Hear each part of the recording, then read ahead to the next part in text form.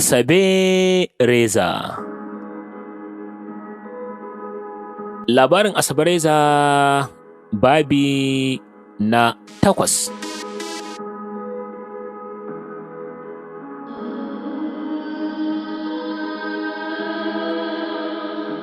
Ashana kanta ke nauyi, idanuwanta na wani irin zugi tamkar wacce ta yi kwalli da tsiduhu.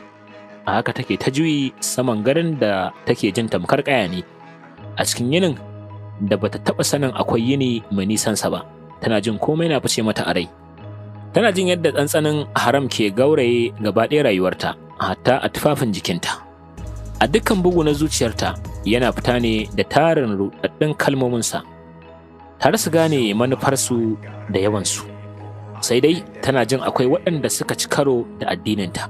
Akwai waɗanda har ƙasan zuciyarta take jin ba daidai ba ne. Ya furta su ne don kawai ta gane rashin muhimmancinta a rayuwarsa da dukkan abin da ta mallaka.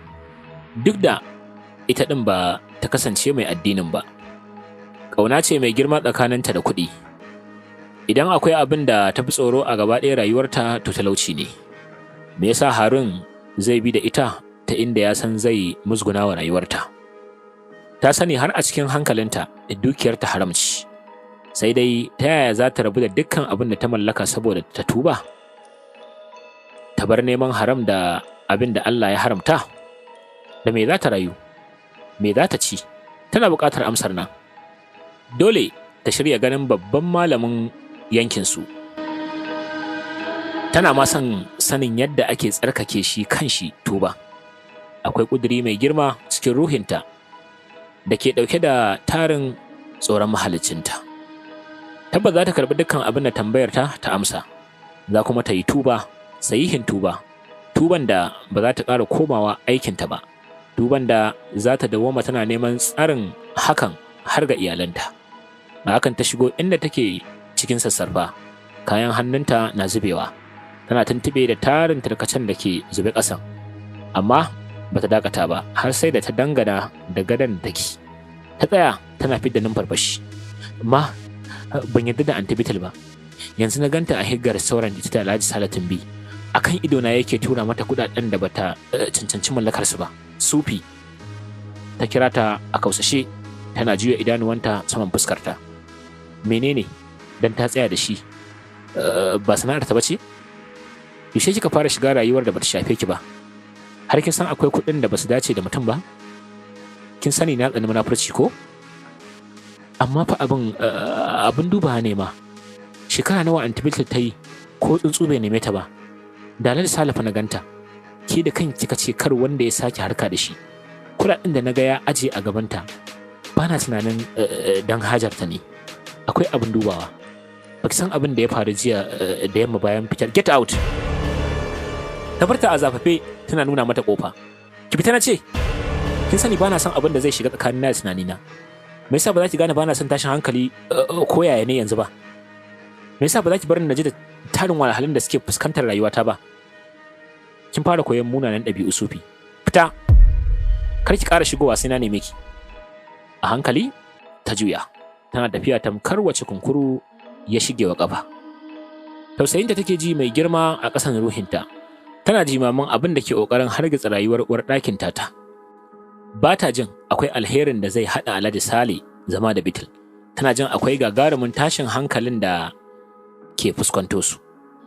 To, ta yaya ma za ta yarda da Bitil? Matar da ta sha kama ta, tana zuba garin acid a cikin man shafawarta, sai dai ita ta ɗauka ta jefar a shara.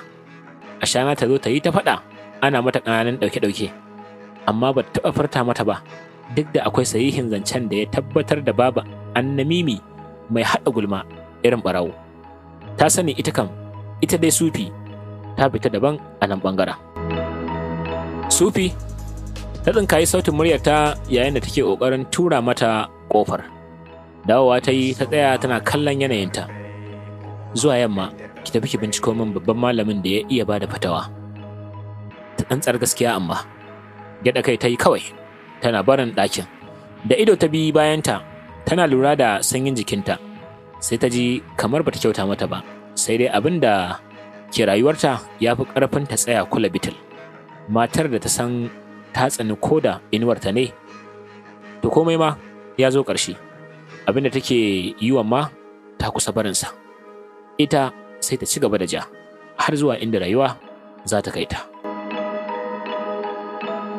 Sitting room ne babba da ke cike da tarin littattafan addini, daga tsakiyarsa kafet ne zubin ƙasar Masar. A saman kafet ɗin da duma ce saƙar Bahrain. A saman ta kyakkyawan dattijan mai cike da haiba ke zaune. Gabansa ƙaton ƙur'ani ne bugun warshi yana karantawa. A haka ya shigo yana mai zubewa gabansa cike da girmamawa. Sheikh, an samu baƙuwa tana son ganin ka. Sai dai ɗagowa ya yi yana ƙare masa kallo ta cikin farin tabaran da ke idanunsa. Ya kai shiru? Ƙarasa mana. Me ke tafi da ita? Cewa ta yi tambayoyi gare ta da kai kaɗai za ka iya amsa mata. Sai dai kamar na ce tafi. Na santa, babu wani alheri a ganinta.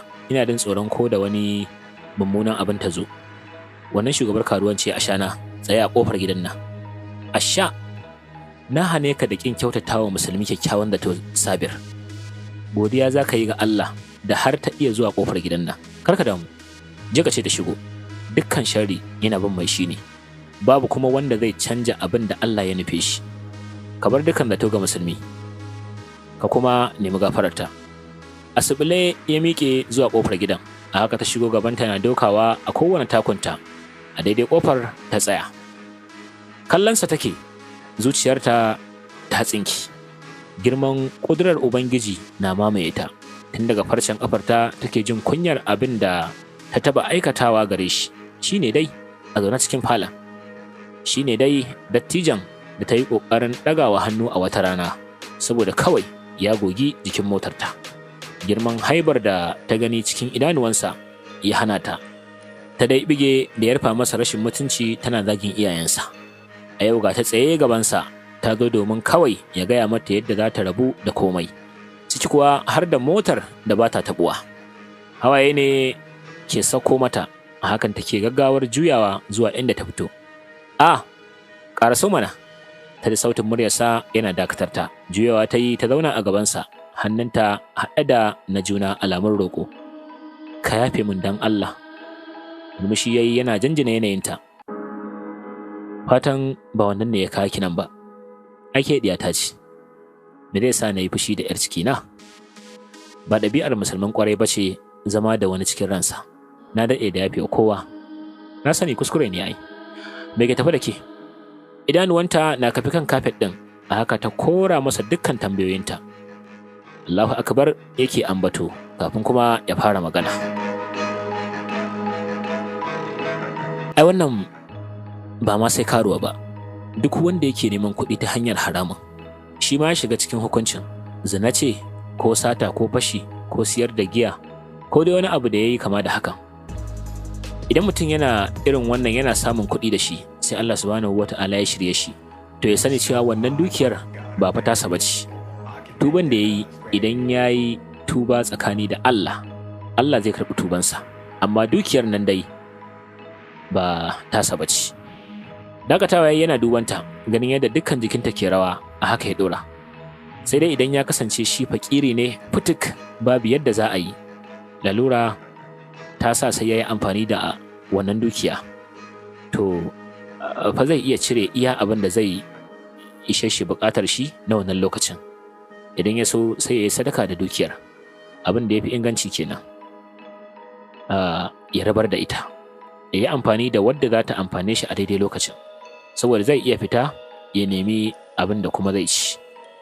Allah mai azartawa ne kuma zai bashi. Abin da malamai suka yi bayani akai kenan.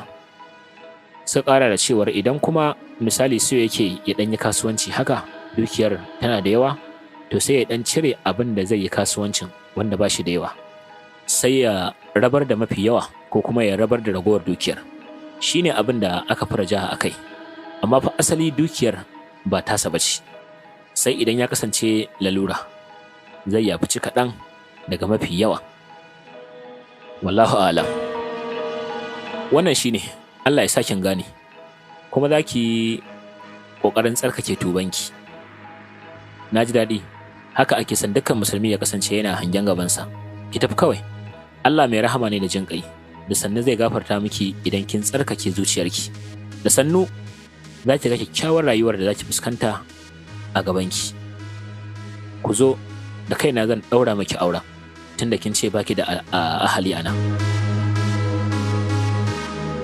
Hawayen farin ciki take, a hakan take takawa zuwa unguwarsa. Ji take kamar ma dukkan burinta na duniya ya gama cika. A tare suka wanzu gurin, shi yana fitowa daga shagon, ita kuma tana isowa kofar shagon. Ita tana masa kallon ya zama mallakinta, shi yana mata kallon da ta gaza gane ma'anarsa. Kanta a ƙasa tana juya zoben hannunta ta fara magana. Soyayyar da nake yi maka tamkar tafiya ce mai nisa da na fara yin ta wadda ba ta da lokacin yankewa har abada. Na san burina zai cika matsawar ina tare da kai, domin kuwa dukkanin burina yanzu bai wuce na samunka a matsayin miji, uba ga 'ya'yana. Ta numfasa, tana ɗago da idanuwanta a hankali zuwa fuskarsa a tsaye kyar. Idanuwansa ke dubanta, sai dai ta gaza gane yanayin da yake ciki har yanzu. Ka yadda mu je gaban mutumin da na san babban malamin ka ne. Ya ce zai ɗaura mana aure. Na rabu da komai kamar yadda ka nusar da ni. Na bar kawai abin da zan baka ka yi jarin da za mu iya rayuwa. Domin Allah, me yasa ka nuna min abin da na mallaka duka sai na bar su za ka iya rayuwa da ni? Me yasa kake son rayuwar babu? A gabanta ya ƙaraso, ya tsaya a kan tsayinsa da ya zarce nata. A tsakanin da ya saura gare su take jin zafin hucin numfashinsa a fuskarta. Saboda sai da hakan ne zan gane abin da kike ikirarin zaki yi domina. Na ji dukkan tattaunawar ku da Sheikh Haris Ajmi. Na ji kuma irin ƙaryar da kika masa na cewa zaki tuba ne domin Allah. Idan ma baki san ina cikin gidan ba lokacin da kika je, to akan ido na akai komai. Na kuma jinjinawa girman soyayyar da kike min, da zaki iya taka gidan mutumin da kika taba kuntatawa saboda kawai taki ta kai ki. Sai dai ki sani babu wani abu da zai canja zance na, saboda ra'ayina ne na gaya miki, ba wai na miki togaciya da addini na dan kawai ina son ki gyara ba. Ni a karan kaina ba zan taba aurar ki da wani abu naki ba, ko da kuwa tufafin jikinki ne. Idan auren na ke so da gaske, to ki sadakar da komai, ki zo wannan cikin shagon nawa mu rayu da ɗan abin da nake iya samu. Idan kuma baki iyawa, sai ki shafa min lafiya. Dama ban kawo ki ba. Ke ni zuciyata ma ta gaza aminta da wannan tuban naki. Faɗa mini, menene sharuɗan tuba?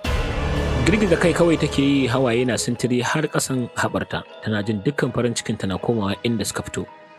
Kar ka min haka, Harun. Kar ka shiga tsakanin aikin bawa da Ubangijinsa. Allah kaɗai ya san abin da ke ƙunshe a zuciyar kowane bawa. Wallahi domin samun rahamarsa na tuba, domin gujewa azabarsa na bar komai.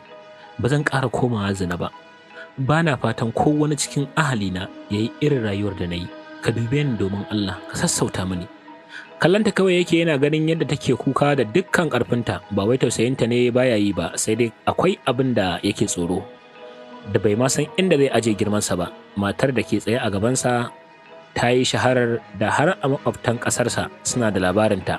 Shi ina zai iya ɓoye hakan a lokacin da ta zama mallakinsa? Zuciyarsa ta gaza yadda ba za ta sake komawa zina ba, sai dai zai bi shawarar da Sheikh Haris ya bashi lokacin da ya je masa da batunta. Zai yi shahadar ƙuda ya aure ta, zai kuma kyautata zatansa a kanta. Bai san abin da Allah ya ɓoye cikin lamuransu ba. A haka ya sauke numfashi, yana duban yadda ta toshe bakinta da tarhar kanta tana hawaye. Wani abu ya ji ya tsinka masa zuciya, bai taba ganin kukan mace irin haka ba. Dan Allah ki bar kukan. Kin ga hanya ce ta mutane, ki tafi gida. Nan da wata 3 bayan kin kammala istibra'i, sai mu da shi kai daura mana aure. Kafin lokacin na san na koya zuciyata yadda za ta soki. Baya kawai yaga tana yi, yana ganin yadda kyallin haƙoranta ke bayyana saman kumburarriyar fuskarta. Da gudu kuma ta juya tana dariya, tana rufe fuskarta da dukkan hannuwanta alamun kunya. Aka taɓa cewa idanunsa. Girgiza kai kawai yake yi yana murmushi. Sai ya ga ta zume masa yarinya fituk. Da ya ƙara tuna yanayinta, sai ya ƙyalƙyale da dariya. A haka ya juya zuwa shagonsa.